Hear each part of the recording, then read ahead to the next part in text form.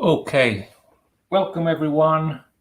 Let me just put on the comments section and properly greet you.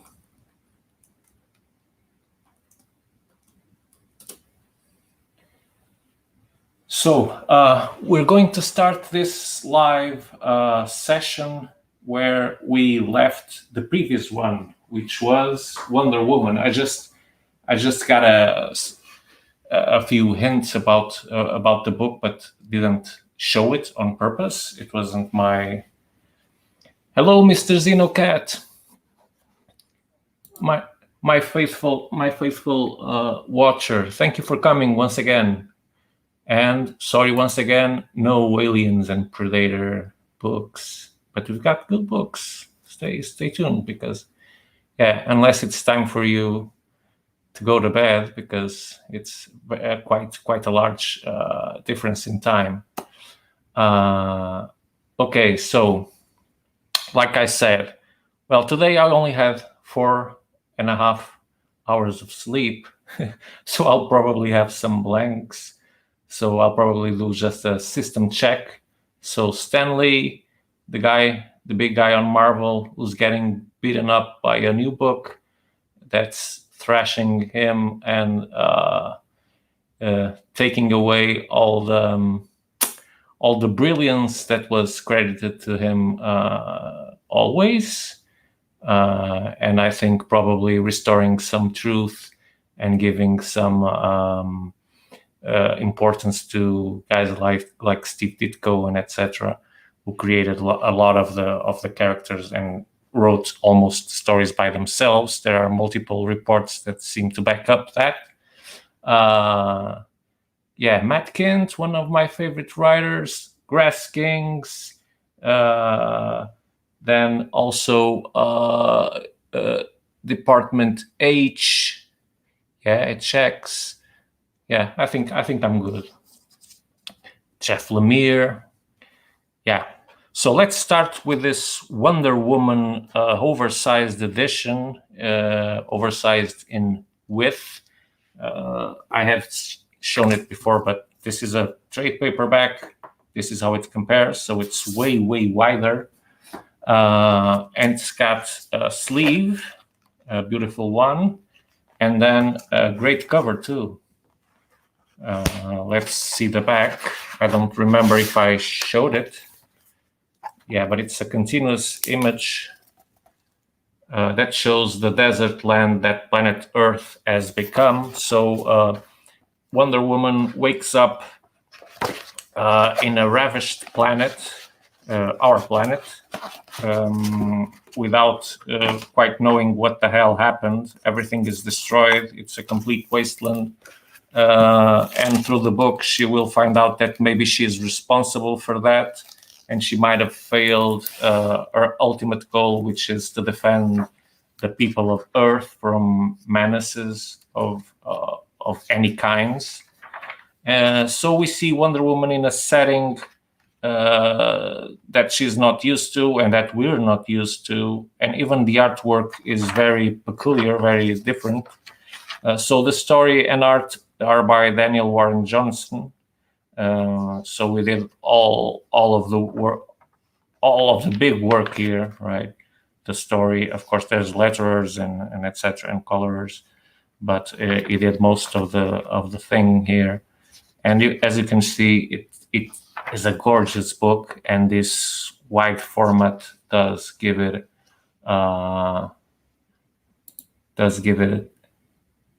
I'm really hyped for the AVP book to be. You show me. Alien versus Predator.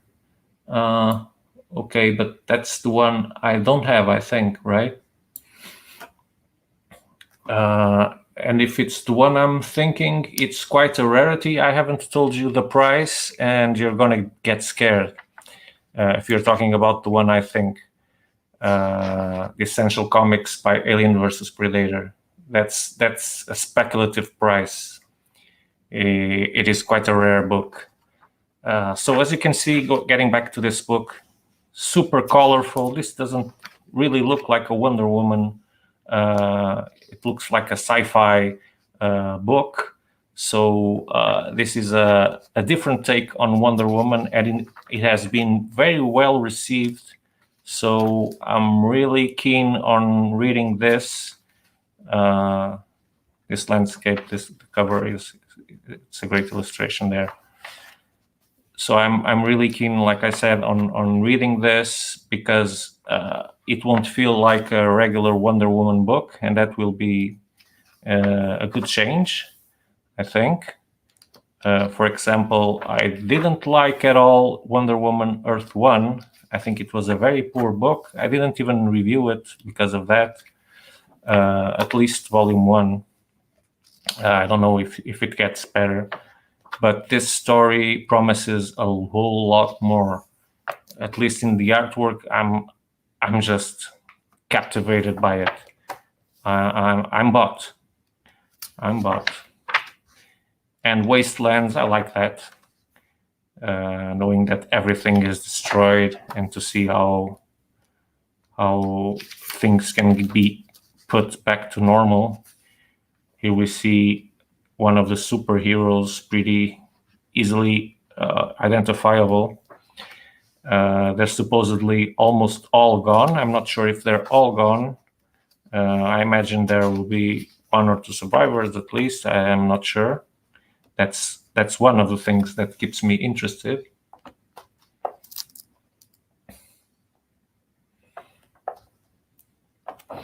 Yeah, about the price, over 50 euros. Yeah, it is. I think at the very least, yeah, it will be more around this value. Maybe not that much, but very close to 100. But I have to check final price. Yeah, it's really comic books as this downside, right? This speculative prices. If things, it's like everything. If there's demand but there's not many offer, prices just go crazy. But at least that's a book with some pages. It's not just a single comic issue costing over $100, like there are those kind of things. So perhaps we now switch to Image Comics and to a very recent book, That Texas Blood. This is about it takes place in the state of Texas, and Joe Bob Coates is beginning to question his effectiveness as sheriff of the county.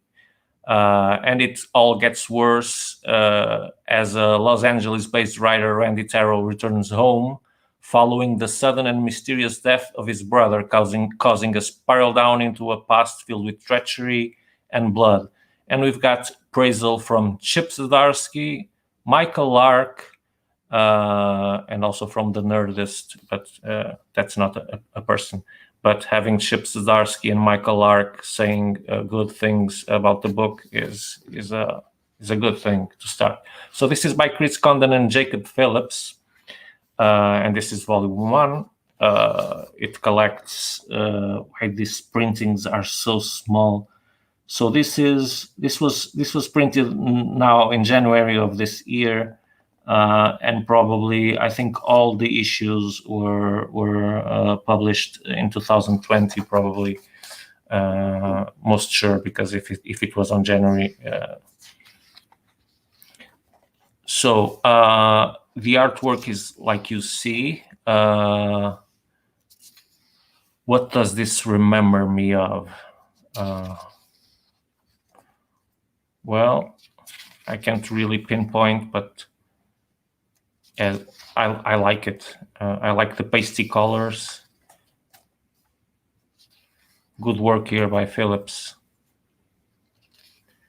So this should be a crime mystery. I don't expect it to have horror.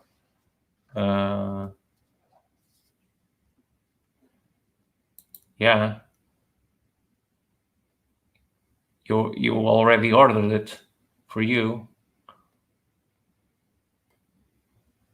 Ah, it's you, Migas. Hello. I thought it was Mr. Xenocat. Yeah, yours is already on the side. This is a copy, an extra copy. Yours is already there with the other books, ready to go, and it looks great. It looks great. I'm liking the artwork. Yeah, so this should be, like I said, crime, murder, investigation with mundane methods and not expecting any supernatural or something like that. It doesn't seem to be like that kind of book. It should be more like a Ed Brubaker, Sean Phillippe thing. And that's why I'm very interested in it. And that's why you, Migas, man, are also very interested in it, because it has all the ingredients that we like. Yeah, we share that taste. So this looks good, looks promising. Lots of dialogue. I like that. And then the silent pages, just conveying emotion, rage and despair, and perhaps, yeah, this guy is thinking of killing himself, it seems. Yeah, very promising book, and with good covers too. It's a pity that they don't tell who drew the pages. Maybe it was the same artist drew the covers. That's not very often, but maybe Jacob Phillips did all the covers. That's a possibility. So let's change scenarios completely, and let's go for things more European and independent.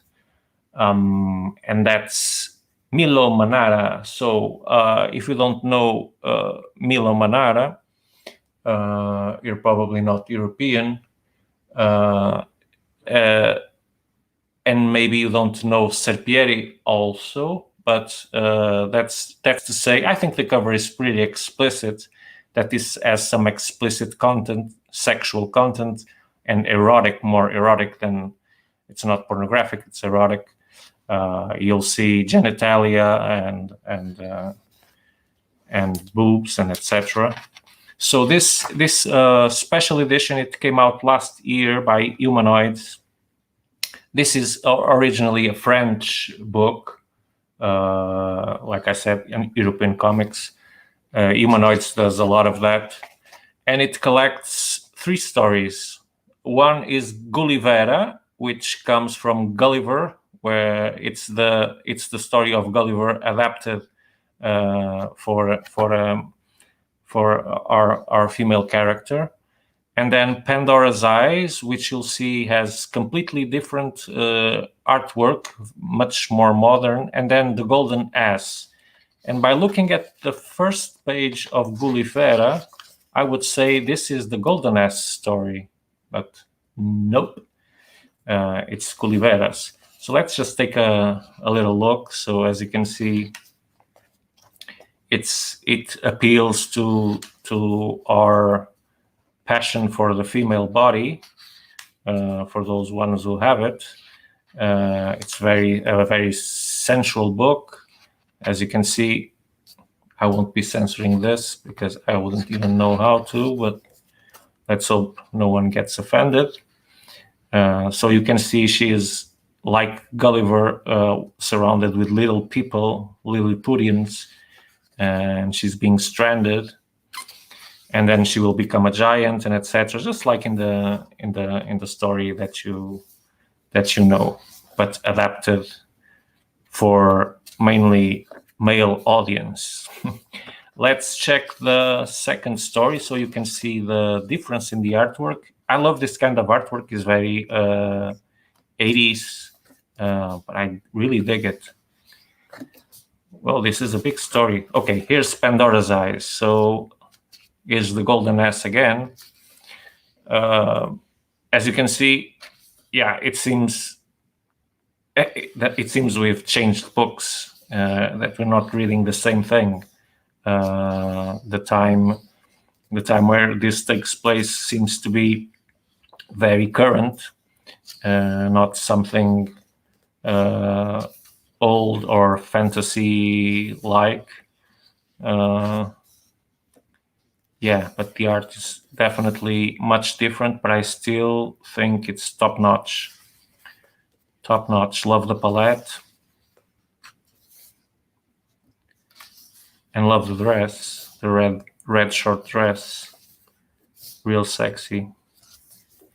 And then the last story,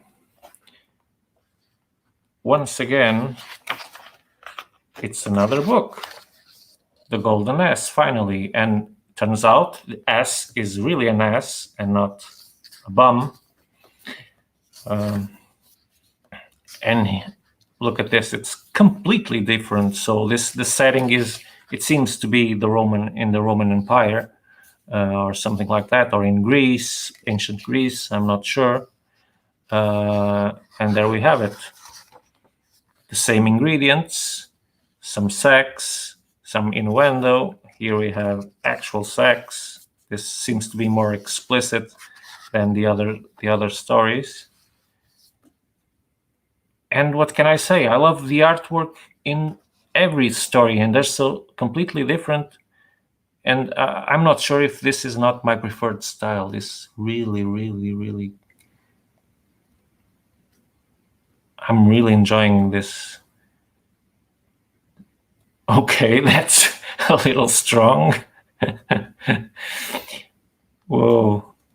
Yeah, this, it seems like Manara takes things more strongly than Serpieri. At least from the book I know from Serpieri, it doesn't go that far. It doesn't involve animals. Okay, wasn't expecting that. So let me see. Yeah, absolutely. And it does really have a taste of Brubaker and Phillips. And a New Alien book, you came around. Yeah, just email me. So it's your favorite erotic writer, Migas? Yeah, by looking at it, I didn't like very much Serpieri's Druna. I must confess. I just found it distracting, distracting in the sense of, okay, you can spend your time reading it and have some fun, but didn't really, it didn't stick for me. But this one looks a whole much better. Let's see what the stories are like, but at least in the artwork, it's way superior. Okay, let's get back to things that just that were released recently, and this is Superman's Jimmy Olsen. Who killed Jimmy Olsen? So Matt Fraction took a bite on Jimmy Olsen's character, Superman's friend, and he did, I think it was 6 issues in 2020. No, it was 12 issues, sorry, between 2019 and 2020. And DC decided to collect them in this edition, in this 2020 edition, late 2020. So there's a prologue here from Superman Leviathan Rising Special #1. This is a great illustration. We see Superman getting drained of his forces by what seems to be kryptonite. And what's odd about this book is that it seems old, right? The artwork is 80-ish, and I love that. Oh, this, I don't want a cat like this one. God riddance. He just destroyed his apartment. So this book has also been given a lot of praise. So that's another one I'm curious to read about. I don't read a lot of DC superheroes, must confess. I'm more an Image Comics guy. Yeah, but this one is more mundane. It's not so focused on the superheroes, but on a character that has been around Superman for ages.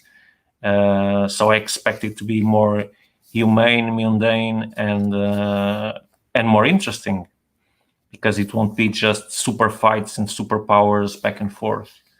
Yeah, you have a lot. Yeah, I want to reinforce, now that I've actually put my hands on a Manara book. I'm definitely interested in reinforcing the variety of titles. I think we have some Portuguese translated ones. No, I have to check my suppliers, but that's something I would see having a good reception here in Portugal. So I'm most certain it was translated, some of its work. So as you can see, it's really peculiar and funny, cartoonish artwork, but very, yeah, it's modern with a touch of old. It seems to have some humor, at least. Yeah. So that's it. Cover price for this is $33.50, but that's not the price you'll pay for it, as you already know, because we never sell cover price. Let me see. Let's move on to Hill House Comics. What about that? We've seen, I've shown you, okay, here's the Dollhouse family in the previous session. So this one is by Carmen Maria Machado, which is almost Portuguese name, but she must be Spanish or Spanish ancestry. Dani Tamara Bonvillain. So let's see what's behind the sleeve.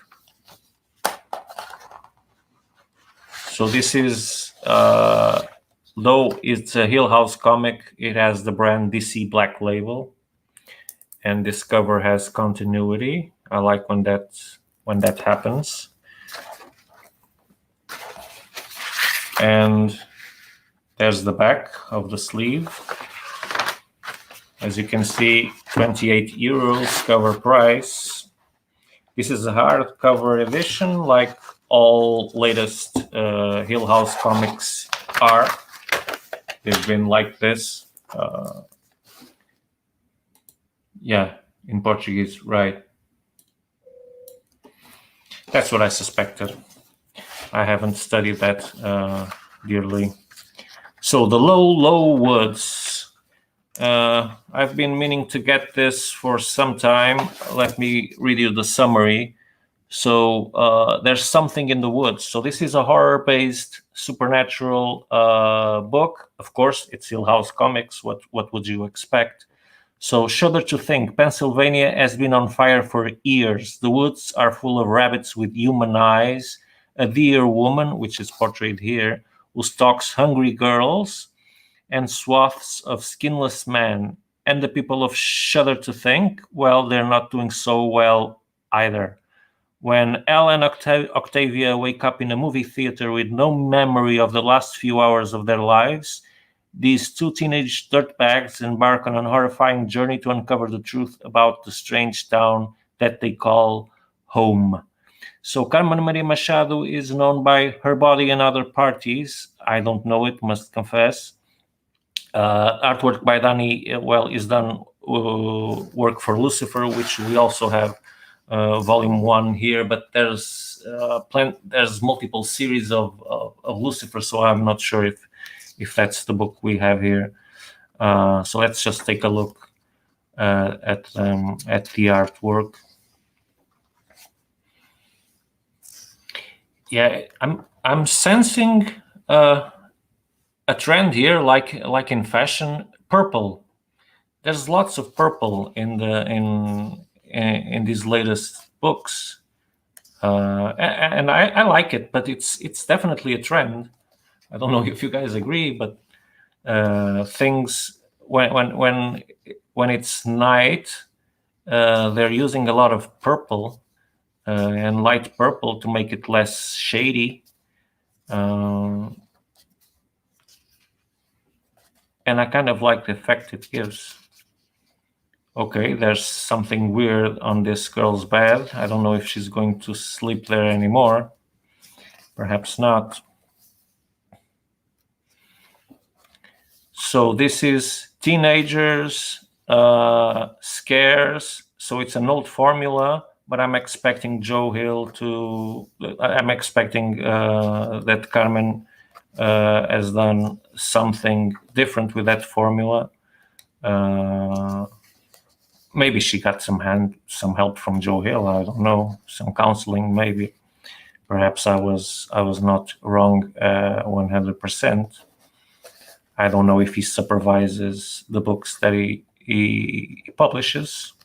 Maybe he does. Okay, the skinless men are here. Check. The dear woman too.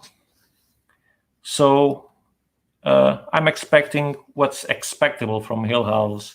Scares, supernatural, mystery, hoping that the mystery elements unfold at a good pace, that we aren't given too much too fast.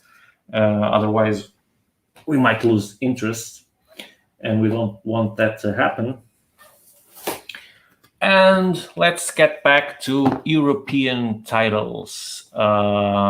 So, The Meta Baron by Alejandro Jodorowsky, Jerry Friesen, and Valentin Sescher, which does pretty awesome work here, and Jerry Friesen also.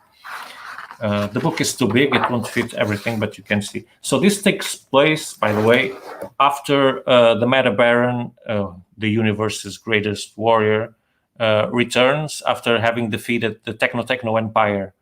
But a new regime has risen, and it's seizing control of the most precious fuel in the galaxy, which is called epiphyte. And so the Meta Baron will have to face the Techno Admiral Wilhelm 100, and we're not sure if he's up to the task, because that's one mean guy. And let's take a peek at the artwork. So it's an oversized edition. Whoa, this splash page is awesome. Like I said, the guys in the drawing and coloring did excel here. I must say this is a deluxe edition in every kind. It is not only hardcover and oversized, but the paper is super thick. You can't get better paper than this.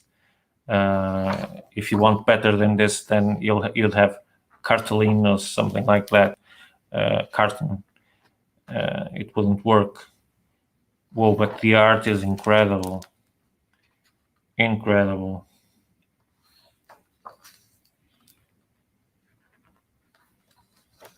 So this is like the Incal, which you might have seen the review. It's very sci-fi, steampunkish. Yeah, but this is a much modern take on this universe by Jodorowsky. This edition was released, I think, in 2020. Sorry, Migas, I didn't see your comment. Yeah, you were talking about the Lolo Woods, Faithless or Paper Girls. Yeah, Paper Girls, that's something I still need to pick up. I've got all of them, but haven't had the time to pick it up. It's Brian K. Vaughan, so I'm sold. You don't need to convince me to read it.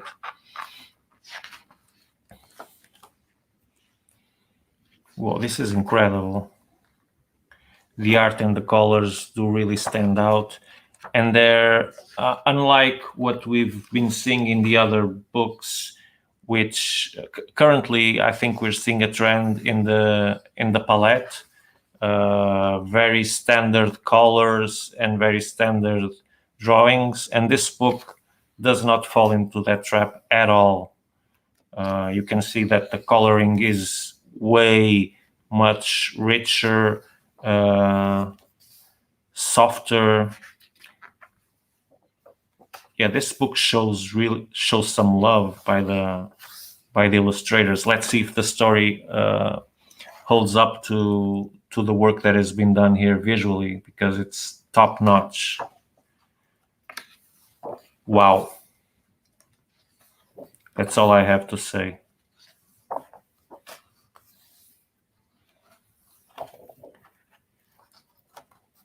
Super curious on reading this. And we've got plans on bringing other. This is just book one. There's at least 3, and there's the Meta Barons instead of the Meta Baron. There's lots of books in this universe to check out.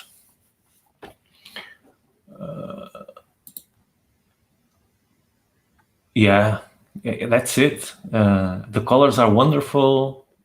It's hyper realistic, but without looking computer generated or something. You can see it's real artistic work. Yeah, it's really awesome. I fully agree. Okay, so in the previous live feed, I showed you Sentient from TKO Studios and talked about Sarah Garth Ennis, which was a part aside Sentient. This is the most popular book by now published by TKO.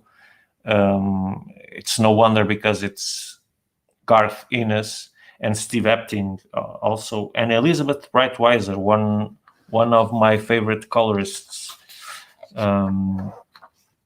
She's excellent. I don't know how her work is in this book, because I'm through it for the first time. Let's see the summary. So Alan Moore says it's one of the finest works of Garth Ennis. Okay. So it takes place in Nazi-occupied Russia in 1942. So it's the second terrible winter of the siege of Leningrad, and there are 7 women snipers. Oh, well, that's interesting. And they find themselves caught up in the struggle against the German invaders. Their deadliest shot is Sarah. So Sarah is the super sniper whose inner demons may yet prove her undoing. But with the enemy to their front and the agents of the Soviet state lurking in the shadows, how long can any of the squad survive the terrifying maelstrom of war? So it seems like Garth Ennis, is writing about war. That's surprising. Not. And I'm glad he is, because he knows how to write about war better than almost anyone. So let the guy write about war. Who will mind that? It's definitely going to be a good war story. So probably is exploring the inner demons of this Sarah character here. We know that the war by itself, it's enough to transform people. And probably Sarah isn't a very stable person for starters, and maybe she will snap out or something like that. I think he's going to explore those effects of war on people's psyche, and maybe she'll turn rogue. Maybe she'll take things over the edge. Yeah, let's see. Like I said, the only thing that I have to point out about these books by TKO is the quality of the paper, which is porous and a little thin, and the colors aren't that vibrant. You get a sense of dim colors. That's not good, because Elizabeth Breitweiser deserves better paper. but still the longer format does show. And I like what I see. This is a real war and lots of combat. I miss reading books like that. The last one I read was Punisher Soviet, but this one seems to have even more fights than Punisher Soviet. Yeah, this is one book I was eager to get my hands on for a long time. It's Carthinis. I'm gonna like it. I know I'm gonna like it.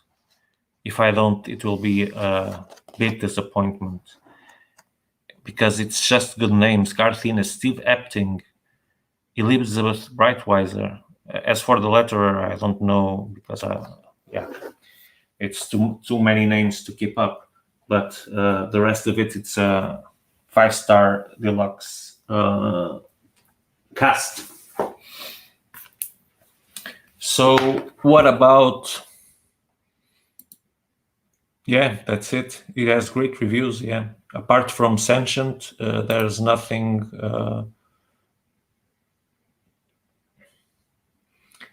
Yeah, Steve Epting. I can't place my finger on the books either, but he's a very well-known guy.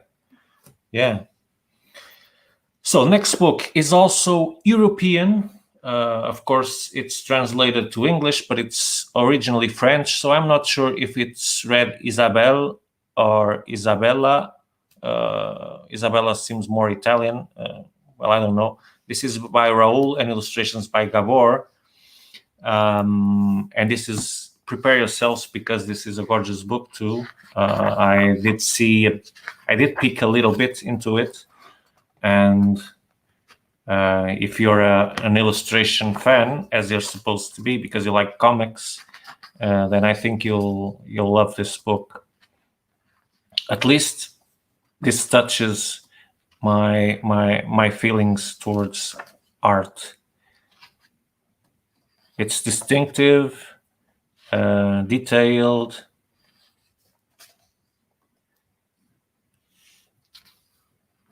well colored.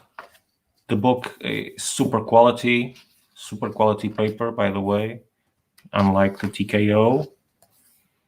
So you can see maybe these are memoirs because it has a different set of colors.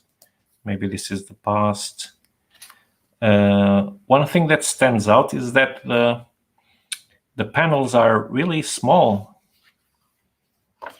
So I'm glad this is a slightly oversized edition. Otherwise, the panels would be would feel too small. So this kind of takes us to the Japanese age that I forgot the name. I'm not sure if it happens in that time, but it seems so. It has a name, that era, but I just forgot it. Like I said, 4.5 hours of sleep, that pays a toll on you. Okay, now completely different set of colors and tone. So I expect it to be matching the events. Okay, here we got a night scene with black instead of purple. Congratulations. Thank you for that. We don't want everyone to be painting purple when it's dark. It's good to see that not everyone is doing that. Otherwise, it will get boring. Yeah, this looks great. This is only volume 1, but in fact it includes the original 3 first volumes. Let me check because I'm talking by heart, but I saw it somewhere. It includes the original French Isabella volumes 1, The Nightman, volume 2, A Sea of Corpses, and volume 3, Daughters of Eriu. Then they call this Volume 1. Well, it gets a little bit confusing, but okay, this is this is Dark Horses Volume 1. Let's say it. But yeah, it's kind of confusing to call volumes to both editions. Yeah, you like that? European comics, yeah, European comics. When the artists are good, they're really. It's like the Japanese, right? When you got a top-notch Japanese drawer, you just your jaws just drop to the ground. So something different. Let me see. I think none of you appreciate manga very much, but since there might be offline viewers, this is a very handy book. It's a hardcover. For manga, it's not very usual. It's Vinland Saga, and this takes place in the Viking era, let's call it like that. So this character has been kidnapped. This is not an original plot, right? There are even TV series that explore this. This is a child that was kidnapped by the Vikings. They did that a lot. And he was thought to be a fearful warrior, but then he turns against them because they killed his parents. And so this is a story of adventure and revenge with very good artwork. So this is by Makoto Yukimura.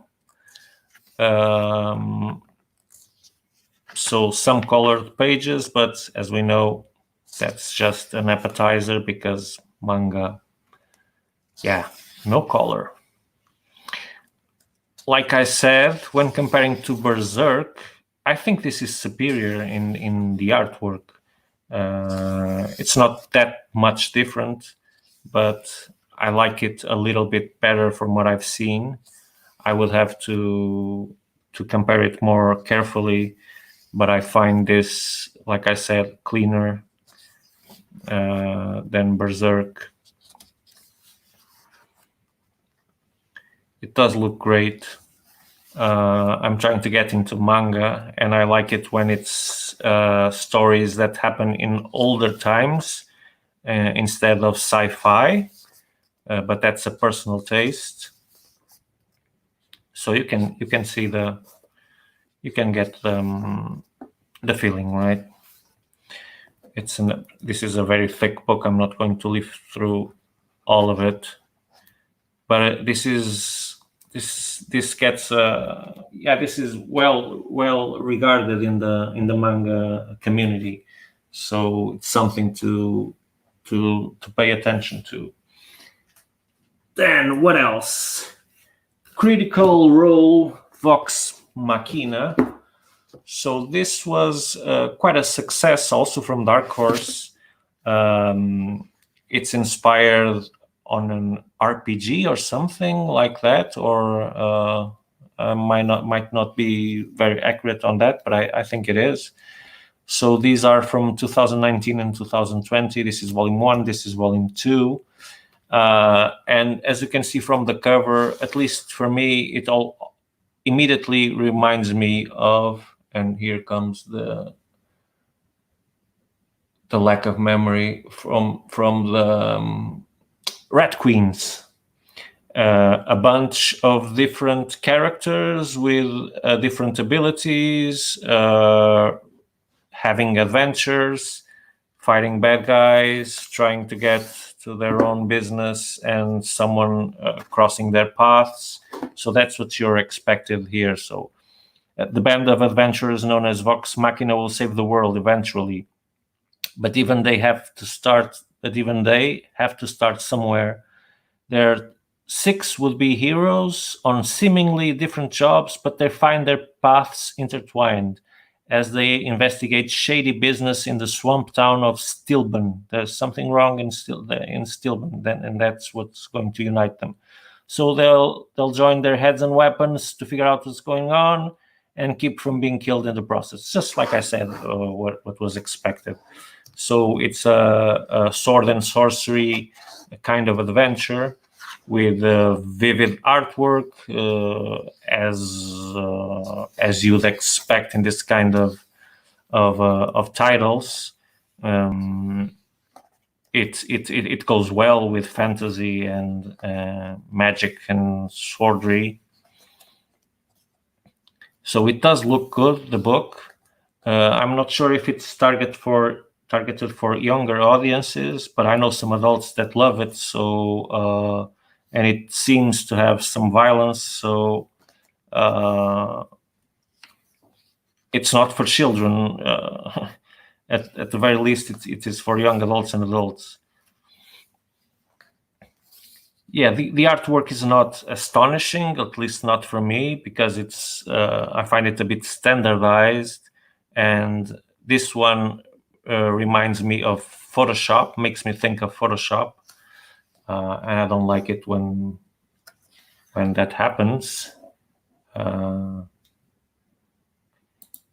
Yeah, it's not my beach either, but I haven't gone to that beach many times, so maybe that's the problem.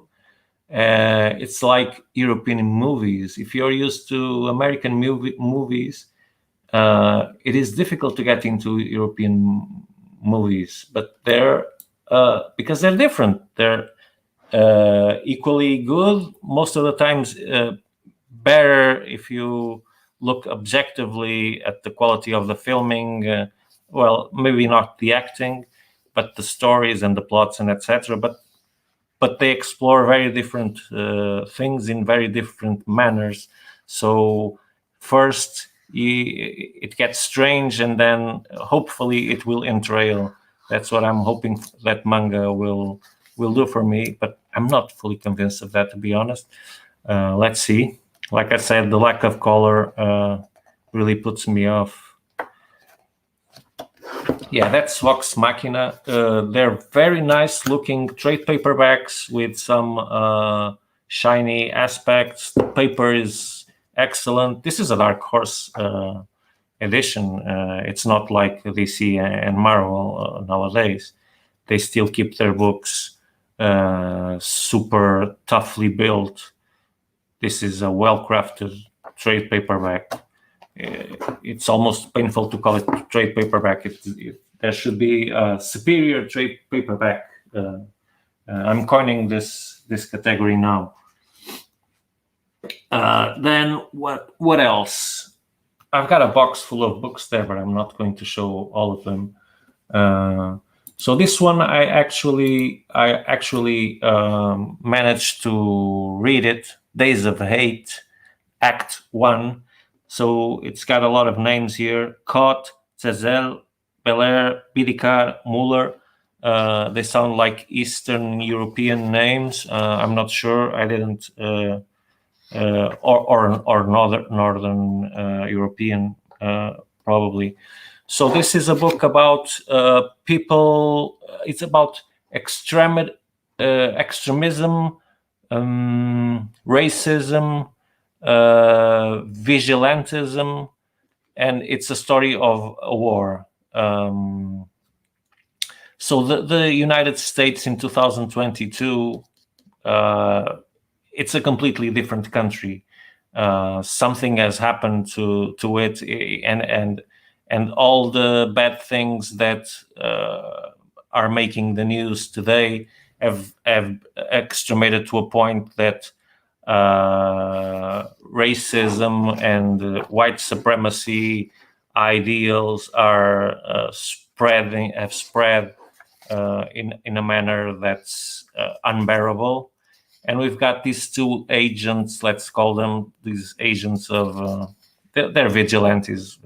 Actually, they're trying to put an end to it, but the thing is that they don't know where to draw the line. Sometimes they cross the line, and that's what you'll see.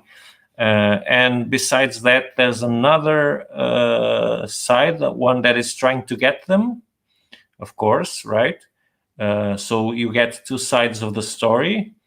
the two guys, the boy and the girl, the man and the woman, better saying, who are on their missions to wipe out the white supremacists and racists, rapists, and whatever. And on the other side, we've got organizations with ties to the government and etc. that have grabbed hold to the other woman's sister, which seems to have some problems with her sister.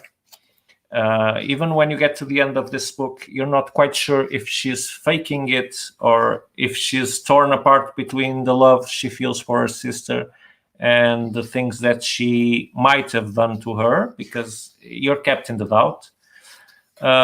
One thing that turned me off, except for example, this panel, you can see the colors as vividly as I can see it, but this panel looks really good. But the rest of the artwork is a bit too simplistic, with way too thicker lines for the faces, and there are some things I don't like. I like this, for example. So it really depends. When the panel is just about faces and bodies, I don't like it. I don't like the artwork. When it's about landscapes, well, I think there's some notable work done here. The coloring is, well, basic, I think. Not a great work in the coloring part here. The plot is somewhat interesting because of, like I said, you're constantly jumping from one side to another side, from the evil sister, let's call it, and the good sister, and them trying to assassinate the bad guys and being chased and trying to get away from that. And there are some emotional moments between the sisters because they still communicate, although the guys that are interrogating her don't know that. So for me, it was a good book, but it's not one of those books that you went.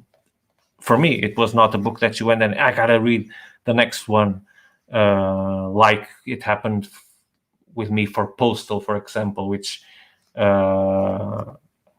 one of the best series for me that I've read in the last times. Every time I would finish a Postal volume, man, it didn't matter what time it was. I had to pick up the next one. I didn't get that feeling from this, but still, it's a good book, but nothing out of the ordinary for me. I don't know if it gets better. It seems to, because it builds up on some things, especially that those two sisters' relationship. It seems that it's growing to some kind of revelation, so it might get more interesting there. I missed it. You liked what? The Days of Hate or the Vox Machina? Migas? Were you talking about? I did forget to talk about the art. Well, in Vox Machina, this is I believe story by Matthew Mercer and Olivia Sampson, and artwork by Matthew Colville and maybe Chris Northrop. Let's see. Yeah, Matthew Colville and Matthew Mercer in story. Colors and lettering. Cover art is by Stepan Sejic, great name also. Well, it doesn't say who draws. What? Olivia Sampson. I was blind. And if you were talking about Days of Hate, because tastes are very different, yeah, Days of Hate. So you like the artwork. See, I like some of it. I don't like the people, like I said. So it's drawn by Daniel Zezel. I don't know how to say it. It looks like a Russian name or something like that. Daniel Zezelch. I don't even know how to pronounce that. You'll have to look it up on Goodreads. Sorry, because I can't say the name of the guy. Then, if you're not too tired, I still have a few books here. Feel free to jump out when you feel you have seen enough. This is not a novelty, yet it is something that I blame myself for not knowing, because it's Greg Rucka and Lark on the drawings, Rucka on the story, of course. So these are two names that usually put out good stuff, if not excellent. So this is Lazarus, and the name Lazarus comes from the fact that, once again, the world has changed, and it is now divided not by political or geographic boundaries like today, but finance has taken over the world. So if you have wealth, then you're powerful, and of course, wealth, like we are seeing that it's happening already, is in only a handful of people. So if you don't have money, wealth, you're just waste. So in each family, there's one person given the best they can offer: training and technology and assets, scientific advantage, and etc. And that's what they call in those families, the person that is elected as their protector and shield is their Lazarus. What we see here is the story of a female named Forever, which is a Lazarus for her family. So I've not read much about this. I just know it's Greg Rucka, and it's well reviewed. It's a series that has been there for a while, maybe 2018. 2019 this edition, so yeah, probably 2018, 2019 the original issues. So Michael Lark doing his stuff. The drawings are incredible. The coloring is great too. I think you're going to like this, Migas.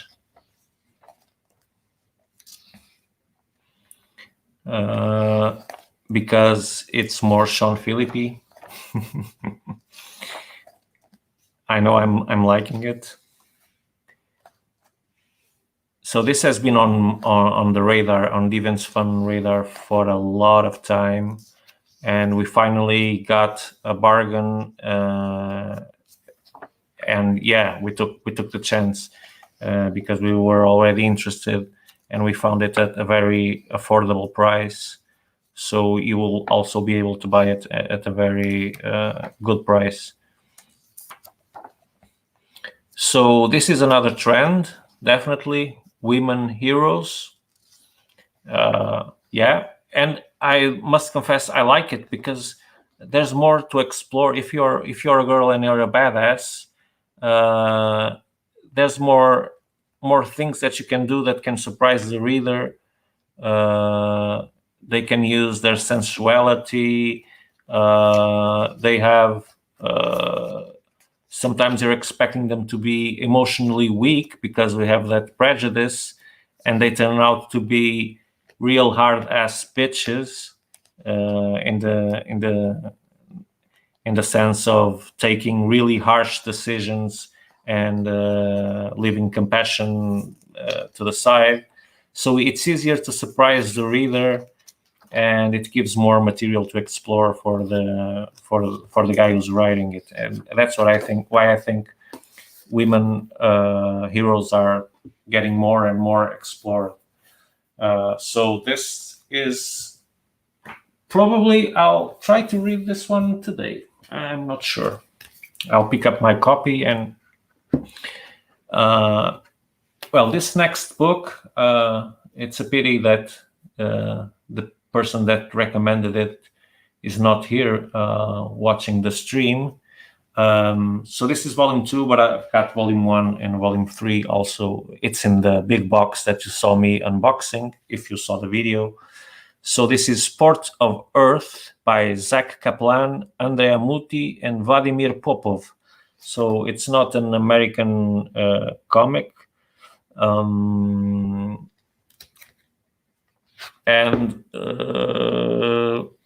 Okay, let me see what it says here in the summary. I should have picked number 1, but we have made a deal to host an alien space sport on Earth. Okay, so that's it.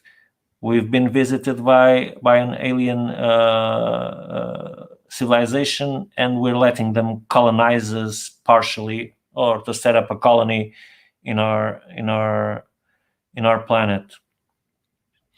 But who does port security really protect, humans or aliens? The port of Earth is open for business to all galactic alien travelers, but as our alien business partners visit Earth, an unresolved alien threat emerges.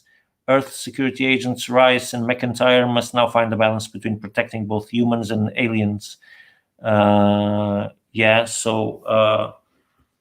It sounds interesting. Let's see the artwork, because I'm expecting it to be out of the ordinary. And yeah, the first page tells us just that. This seems like probably a human shaking hand with an alien. I think that's what it symbolizes, the alliance between the two races, the compromises. Okay, an alien killing someone. We don't know if he deserves it or not. Not that there's any action that deserves to be killed, but yeah, comics-wise speaking. Okay, the colors are a bit bleached. Oh, it's changing now. Okay.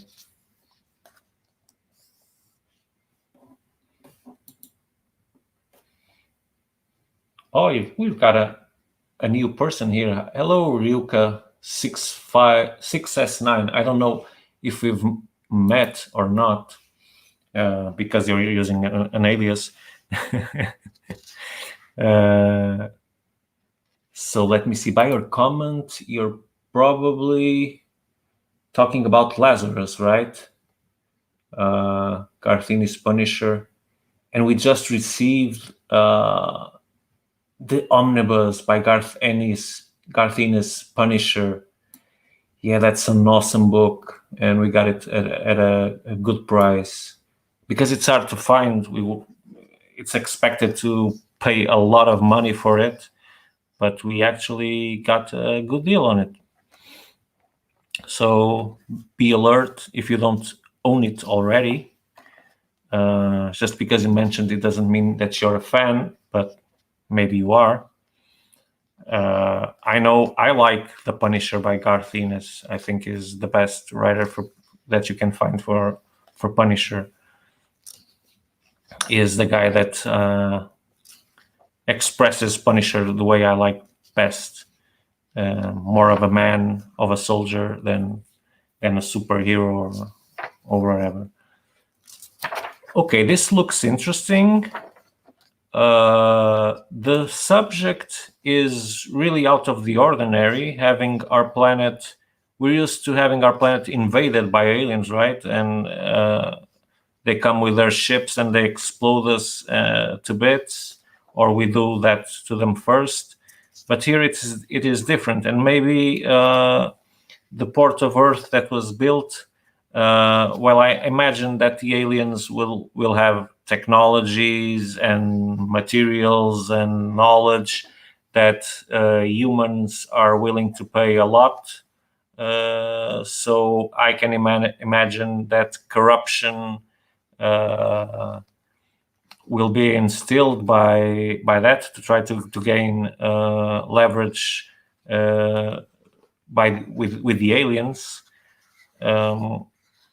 So I expect some politicians to be double-faced and things like that. There's a lot to explore in here.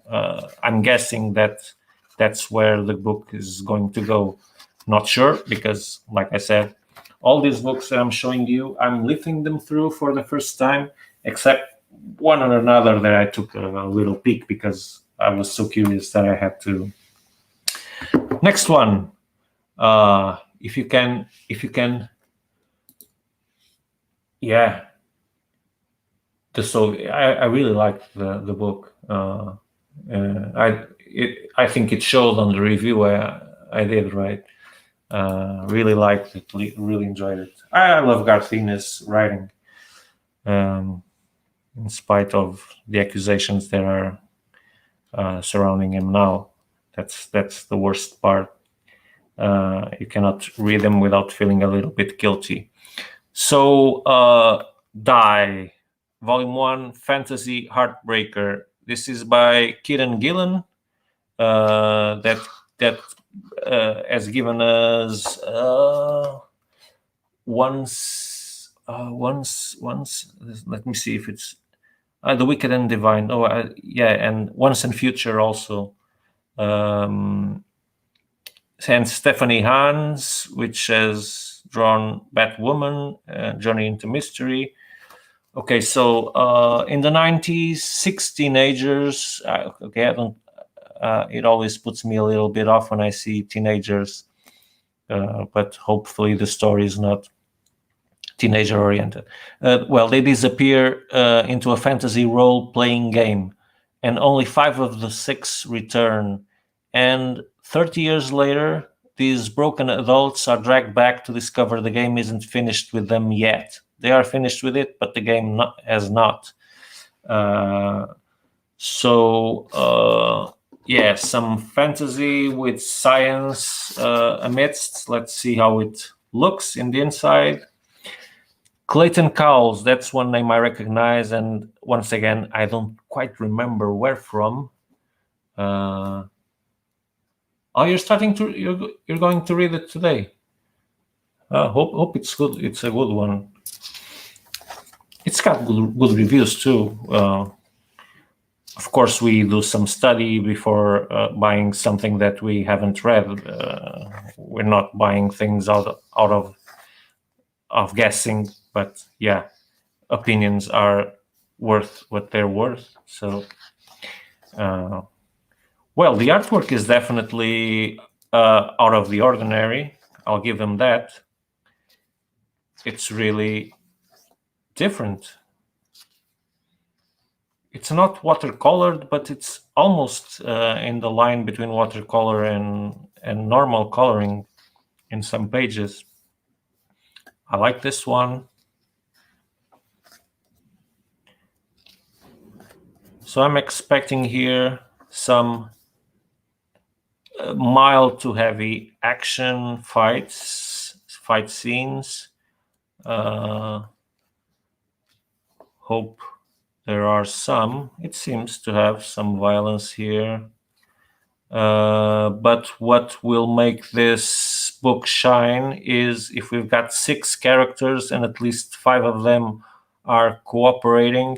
Let's hope that their relation is well explored, because that's a lot of characters. You can build a lot of connection between them and make the story shine, just like it happens on Red Queens, for example, where the cast is so varied that the interactions really make the book shine. And it is, I think it's an example of a very well accomplished inter-character writing.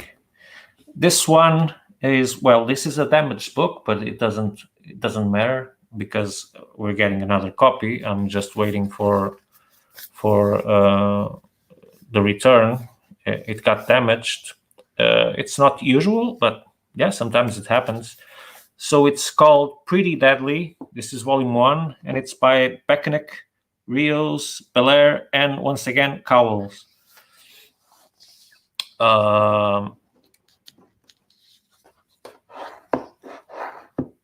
let me see if it's pretty deadly, brazenly defies conventions of modern American comics while keeping with traditions of westerns, manga, and folklore.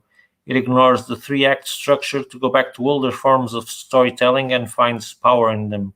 Dark, alluring, original, so Kelly Sue DeConnick and Emma Rios pretty deadly, gambles on itself and wins. Okay, Warren Ellis says grand and majestic storytelling, so that's a very strong referral. Let's see how it looks. So Kelly Sue DeConnick is also well established, right? And again, Clayton Cowles is a letterer, a well-known one of the few that I know by heart. Okay, so I like it. Like I said, it doesn't remind me of computers. I can almost see the guy with the pencil drawing. It's very roughly sketched. Yeah, I like it. I like the setting too, because like it said in the summaries, it's got a touch of Western. It's got some nudity. We don't mind that. I don't mind that. That's an extra. It's part of life, right? Okay, that grow some magic or mysticism, what you might call it here, some fantastic elements there too, and I hope some horror in the middle too. Yeah, seems you're into a good read, Migas. This looks good.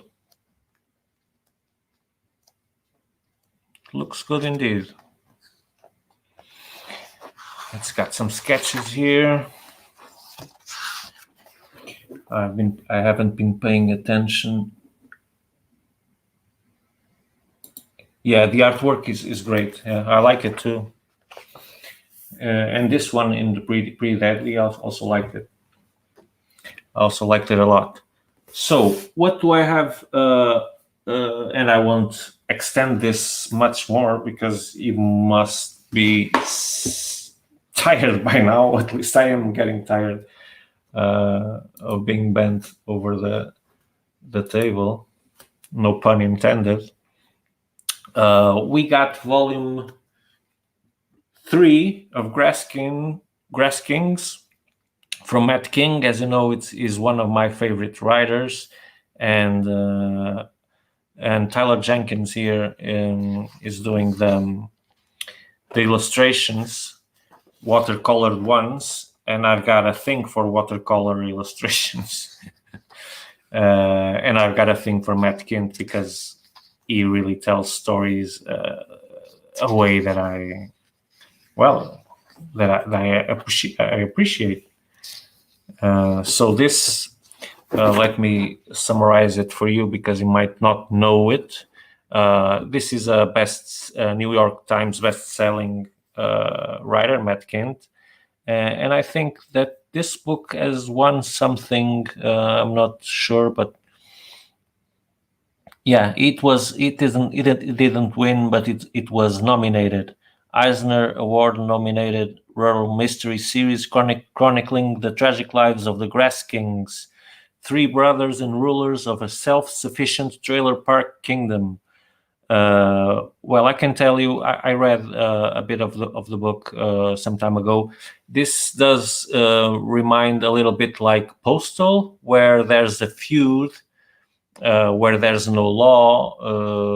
The law is upheld, and the rules are upheld by these 3 brothers. And at the beginning, and there's the other guys who don't like it and they want to end it. The actual law, they want to finish that special place And in the amidst the book, there's a character that appears in this town. Well, of course, that no one gets in without the approval of the community, but she gets there by sea. It so happens that this guy, the middle brother, lost a child by drawing. She drowned, and this character, this young female, appears to him coming from the water, almost drowning too. So that touches him in a very special way. But the thing is that her origins are not very clear, but you'll soon find out that it's a problem to have her in the community. And if you read it, you'll understand why. So as you can see, the illustrations are super peculiar. You either hate it or love it. I like it. I'm not going to say that I love this page, but in the overall, I really like this kind of artwork. There are really moments where it shines deeply, and the story is very good. I still need to read the other two books. There are three of them, 3 volumes. Yeah, but it's Matt Kindt, so I wasn't surprised that it was good. It's not the best thing I've read from Matt Kindt. I prefer depth, but yeah. And then something that it's not new, but we have stocked to have the complete. We're still missing. Oh well, 5, 6. We've got 1, 2. I think we're missing still one of the books for Preacher. This does not need introduction, but yeah, not everyone knows everything. So this is Garth Ennis once again. Steve Dillon in the drawings, Garth Ennis in the writing, and this is what put Garth Ennis in the stardom of writers. And this is how the illustrations look like. This mixes a bit of religion, supernatural, mysticism, vampires. Yeah, I was forgetting that. One of the guys is a vampire. So it's around the premise that the heavens are abandoned. God has abandoned the heavens. And there are some angel-like personas.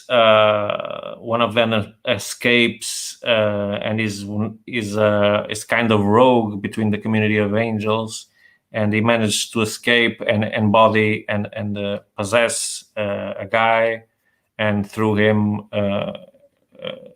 exerts his powers. But then other creatures, let's call it, are sent to destroy him.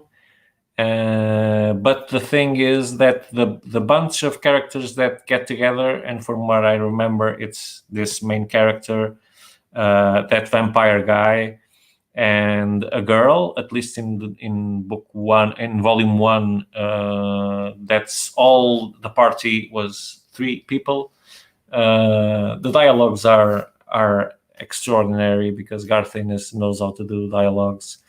These are not warlike books. The thematics are very different, but the writing is so competent that you really get sucked into it. At least that for me, I immediately got passionate about the book, and I only read volume 1.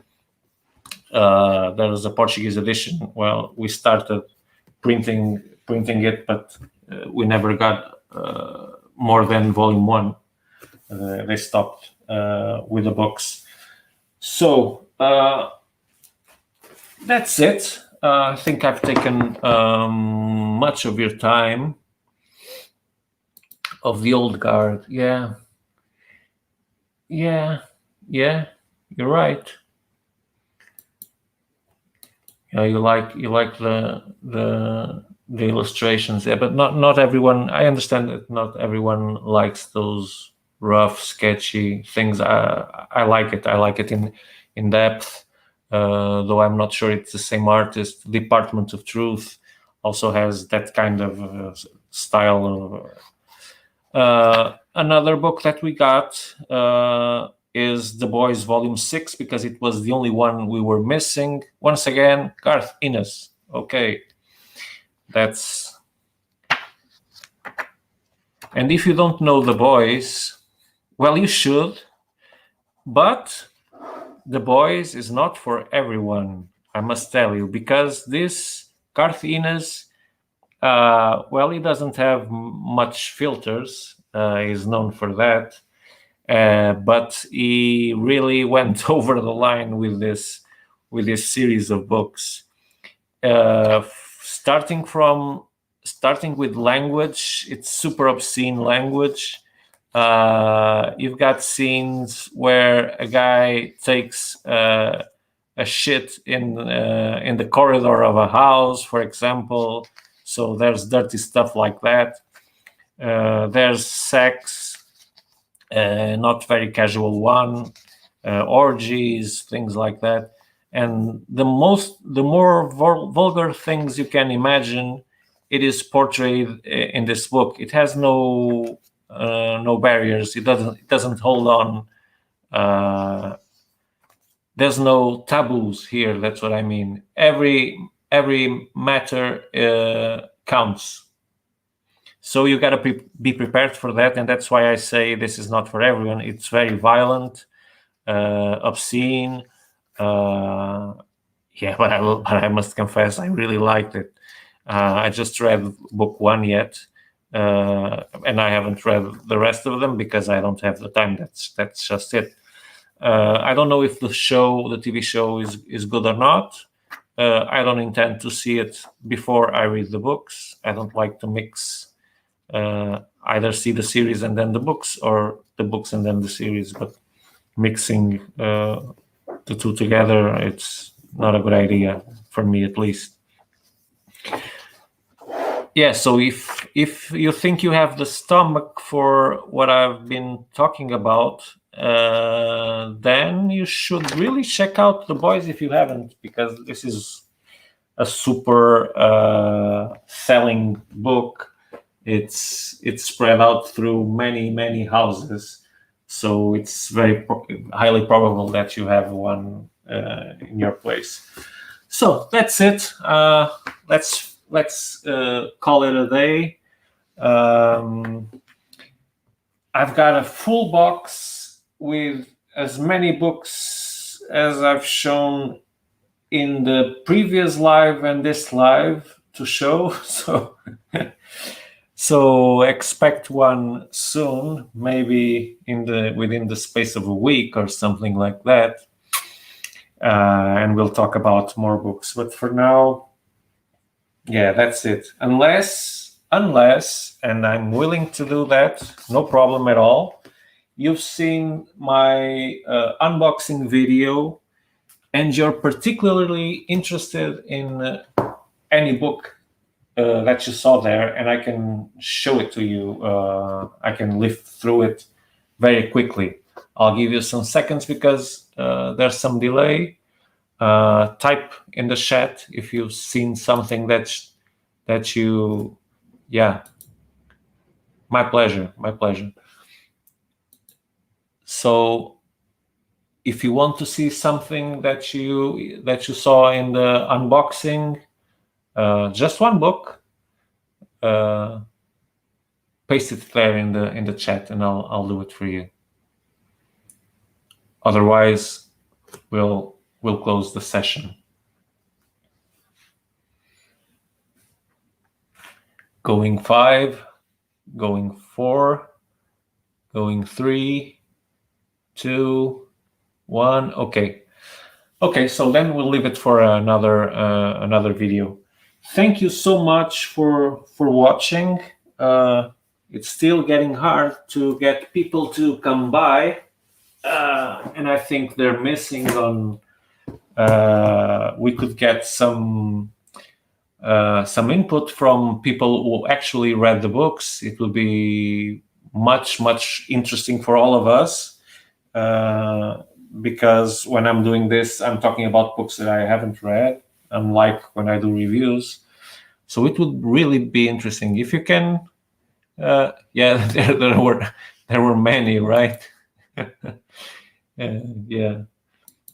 Yeah, I'll show them soon enough, so it's no big deal. Yeah, if you know people that are into comics, bring them here.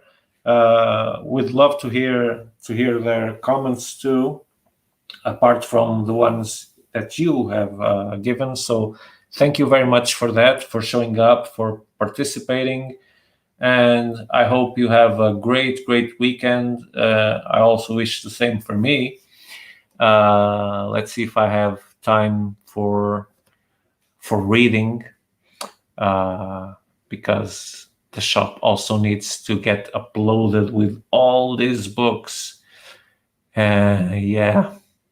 And yesterday I just slept 4 hours and a half because there was a huge technical problem in the software that in the shop, right? So I had to figure it out by my own, and it was quite a technical problem. Fortunately, I'm from computer engineering area, so I managed to fix it by myself. Otherwise, I was in a bad place because I couldn't add any books, any new books. So the store was stalled. It was stalled for 24 hours, so it's not a big problem. Now it's fixed. Everything is back to normal. So yeah, have a great weekend. Thank you, Migas. I don't know if anyone is still on the call, but Ryuka, if you're still here, have a nice weekend too. And Mr. Xenocat is probably left because it's probably 3 in the morning or 2 in the morning there. So thank you once again. Bye bye. Deviant Fun out in 3, 2, 1. Bye. Ending broadcast.